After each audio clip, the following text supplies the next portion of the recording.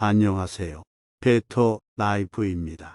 5000년 유대인의 삶과 철학, 그 내면에 철학이 담겨있는 탈무드를 통해 오늘보다 나은 삶을 살아가는 지혜를 배워봤으면 좋겠습니다. 삶에 관한 3가지 충고. 어느 날 사냥꾼이 70경류 말을 하는 새 한 마리를 잡았다. 새가 사냥꾼에게 애원했다.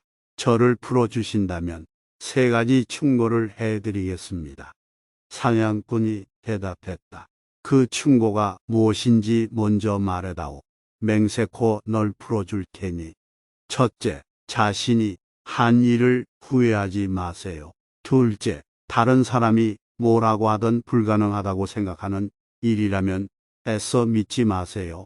셋째, 포수님이 오르지 못할 나무는 오르려고 절대 힘을 낭비하지 마세요.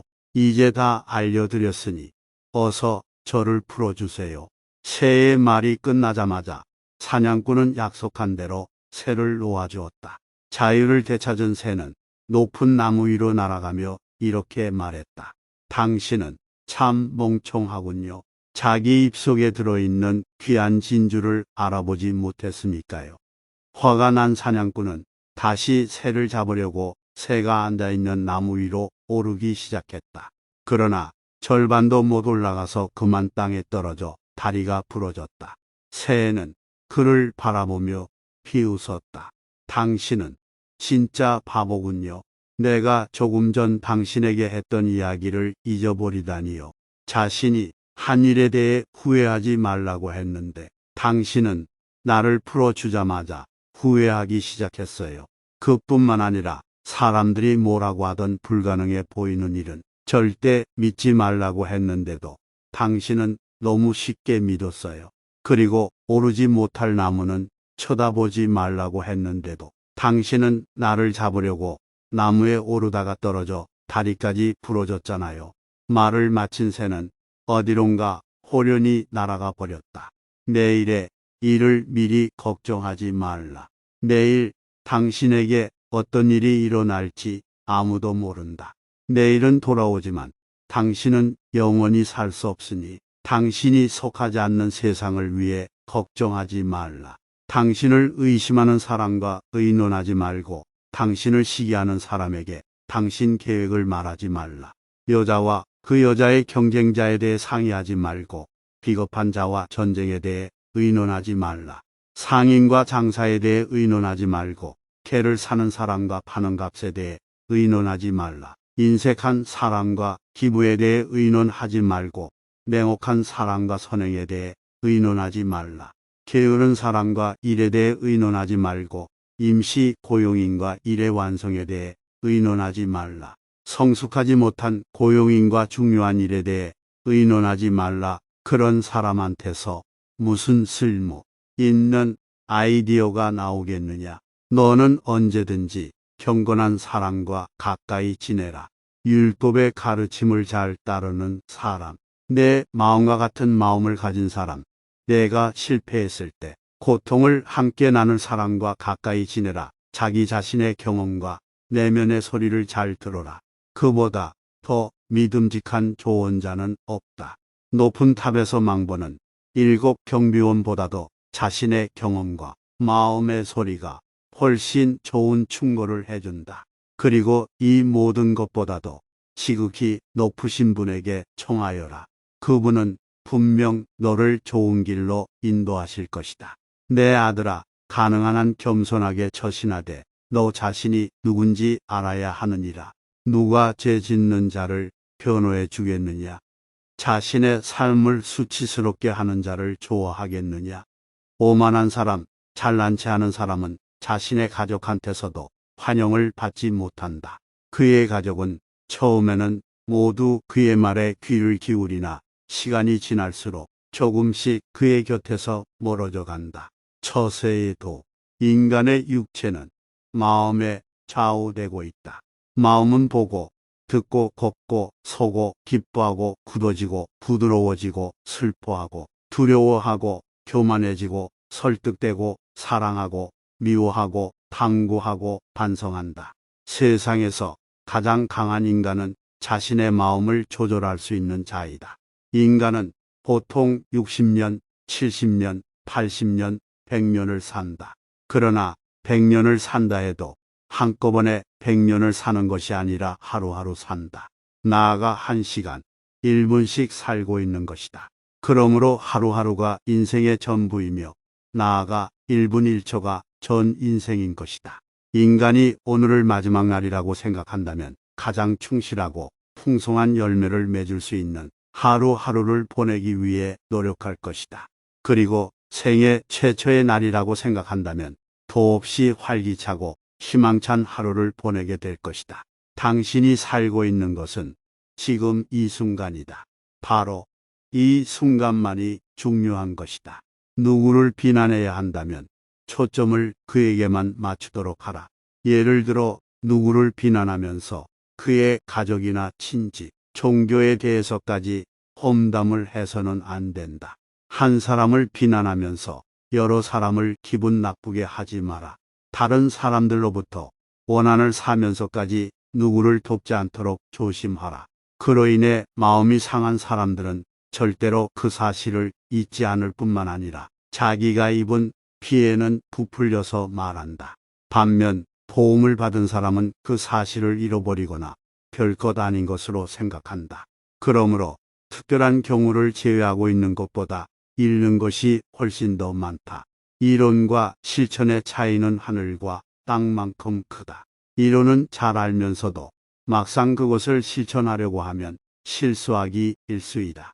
그런 사람이 가진 지식은 아무리 많아도 전혀 쓸모가 없다. 그것은 마치 보물을 괴짝에 잔뜩 넣어두고도 한 번도 꺼내 쓰지 못하는 물건과 같다. 아무런 계산도 없이 사랑을 베푸는 것은 자비로운 행위이며 그 행위 자체가 신성하다. 사랑을 베풀다 보면 정말 고마워하는 사람들을 만나게 된다. 그런 사람 한 명이 세상을 변화시킨다. 나라마다 표현 방식은 다르더라도 서로 유사한 격언들을 갖고 있다. 그 이유는 이 격언들이 경험을 통해 혹은 오랜 관찰을 통해 만들어졌기 때문이다. 경험과 관찰이란 세상 어디에나 존재한다. 남을 헐뜯는 것은 살인보다 위험하다. 살인은 한 사람만 죽이지만 험담은 세 사람을 죽인다. 험담을 한 자와 그 험담을 막지 않고 들은 자, 또 이 험담으로 피해를 보는 자가 그들이다. 남을 비방하고 중상하는 자는 흉기로 사람을 해치는 자보다 죄가 더 크다. 흉기란 가까이 가지 않으면 상대를 해칠 수 없지만 중상은 멀리서도 사람을 해칠 수 있기 때문이다. 세 부류의 사람은 지옥에 떨어진다. 이미 결혼한 여성과 간음하는 자, 공개적으로 이웃을 비방하거나 뒷담화를 하는 자, 일보다는 술과 노름에 빠져 사는 자이다. 그러므로 공개적으로 이웃을 비방하거나 괴롭히느니 차라리 뜨거운 용광로에 들어가는 편이 낫다. 두 친구, 사이 좋은 두 친구가 있었다. 그들은 전쟁이 나서 헤어진 뒤 서로 적국인 두 나라에서 살게 되었다. 하루는 한 친구가 그리움을 못 이겨 다른 친구를 만나러 상대국에 갔다가 스파이로 오인받아 사형을 선고받고 옥에 갇혔다. 그가 스파이가 아니라고 아무리 변명해도 그의 말을 믿어주는 사람이 없었다. 궁지에 몰린 그가 왕에게 간청했다. 폐하, 제가 고향으로 돌아가 가족에게 호사를 부탁할 수 있도록 한 달만 시간을 주십시오. 한 달 뒤에 반드시 돌아와 사형을 받겠습니다. 왕이 말했다. 내가 어떻게 너의 말을 믿겠느냐? 누가 너의 말을 보증하겠느냐? 제 친구가 보증해 줄 것입니다. 만약 제가 돌아오지 않는다면 그가 저를 대신하여 사형을 받을 것입니다. 왕은 그의 친구를 불러 사정을 말하고 보증을 서겠냐고 물으니 놀랍게도 그는 망설이지 않고 보증을 서겠다고 했다. 그렇게 한 달이 지났다. 마지막 날 해가 거의 떨어지는데 돌아오겠다던 친구는 돌아오지 않았다. 왕은 그의 친구를 끌어내다 사형을 집행하려고 명했다. 사형 집행인이 막 사형을 집행하려는 순간 멀리서 친구가 헐레벌떡 달려오는 모습이 보였다. 그는 왕 앞으로 성큼 다가서느니 이렇게 말했다. 제가 돌아왔으니 저를 죽이시고 친구를 풀어주십시오. 두 친구의 우정에 큰 감동을 받은 왕은 즉각 두 사람을 살려주었다. 두 사람의 우정은 참으로 아름답구나. 나도 너희들과 함께 우정을 나눌 친구가 되게 해다오. 그날부터 두 사람은 왕의 친구가 되었다. 친구를 사귈 때 너무 빨리 그를 믿지 말고 먼저 그를 관찰해보라. 어떤 사람은 자신에게 필요할 때만 친구에게 정성을 다하고 친구에게 어려움이 생기면 모른 채 한다. 어떤 친구의 편에 서서 이간질을 하고 공공연히 싸움을 부추겨 당신을 모욕한다. 어떤 친구는 당신의 큰 도움을 받고 나서도 정작 어려운 일이 생겨 그를 찾으면 보이지 않는다.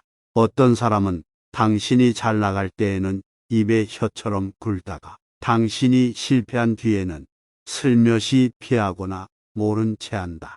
당신은 당신의 라이벌과 일정한 거리를 유지해야 하며 친구와의 금전적 관계에는 약간의 경계심을 가져야 한다.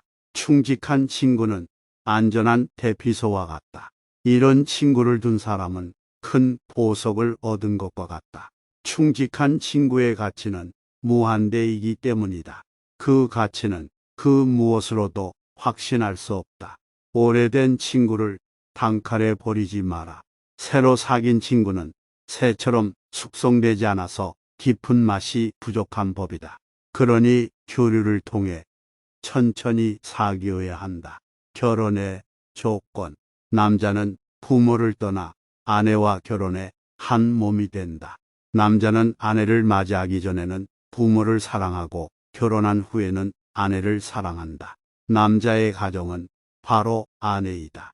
라비 요시는 이렇게 말했다. 나는 여태껏 내 아내를 아내라 부르지 않고 나의 가정이라고 불렀다.